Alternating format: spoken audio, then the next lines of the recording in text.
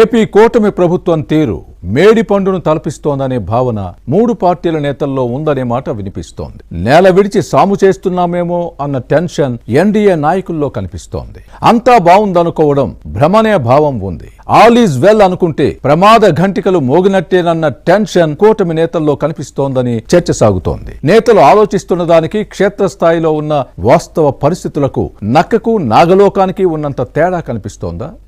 AP కూటమి పార్టీల నేతల్లో ఏదో తెలియని భయం కనిపిస్తోంది. వైసీపీ పుంజుకుంటుందనే భావం బలపడుతోంది. టీడీపీ, జనసేన, బీజేపీ నేతల్లో ఇదే అలజడికి కారణమవుతోంది. కష్టాలు తప్పవన్న ఆందోళన ఎన్డీఏ నేతల్లో కనిపిస్తోంది. ఈయనగాచి నక్కలపాలు చేస్తే అంతకంటే ఘోరమైన తప్పు మరొకటి ఉండదనే టెన్షన్ కూటమి నేతల్లో ఉందనే మాట వినిపిస్తోంది. ఎన్డీఏ కోఆర్డినేషన్ కమిటీ మీటింగ్ లో ఇలాంటి అంశాలే చర్చకొచ్చాయంటే ఎక్కడో తేడా కొడుతుందనే విషయం అర్థమవుతోంది. ముఖ్యమంత్రి చంద్రబాబు, డిప్యూటీ సీఎం పవన్ కళ్యాణ్, మంత్రి లోకేష్ పై ఇటీవల వైసీపీ సోషల్ మీడియా విరుచుకుపడుతున్న క్రమంలో జరిగిన ఈ భేటీకి రాజకీయంగా ప్రాధాన్యత ఏర్పడింది. కొన్ని జిల్లాల్లో కూటమి పరిస్థితి బాగోలేదనే అంశం చర్చకొచ్చింది. ఇది ఆందోళనకర పరిణామం. డేంజర్ బెల్స్ మోగుతున్నాయని ముందస్తు వార్నింగ్ అన్న వాస్తవాన్ని అంగీకరిస్తున్నారు. ముఖ్యంగా అరకు పార్లమెంట్ స్థానంతో పాటు విజయనగరం జిల్లా, శ్రీకాకుళంలోని కొన్ని నియోజకవర్గాల్లో ఏ మాత్రం అనుకూలంగా లేదు. ఇక రాయలసీమలో వైసీపీ అఫెన్స్ మోడ్ లో వెళ్తుంటే ఎన్డీఏ డిఫెన్స్ లో పనిచేస్తుందన్న అంశం చర్చకొస్తోంది.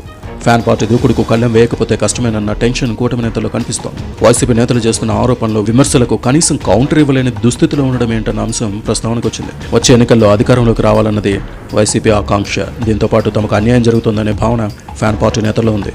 దీంతో వీరు కొన్ని నియోజకవర్గాల్లో కసిగా పనిచేస్తున్నారని కూటమి నేతలు చర్చించుకున్నారు.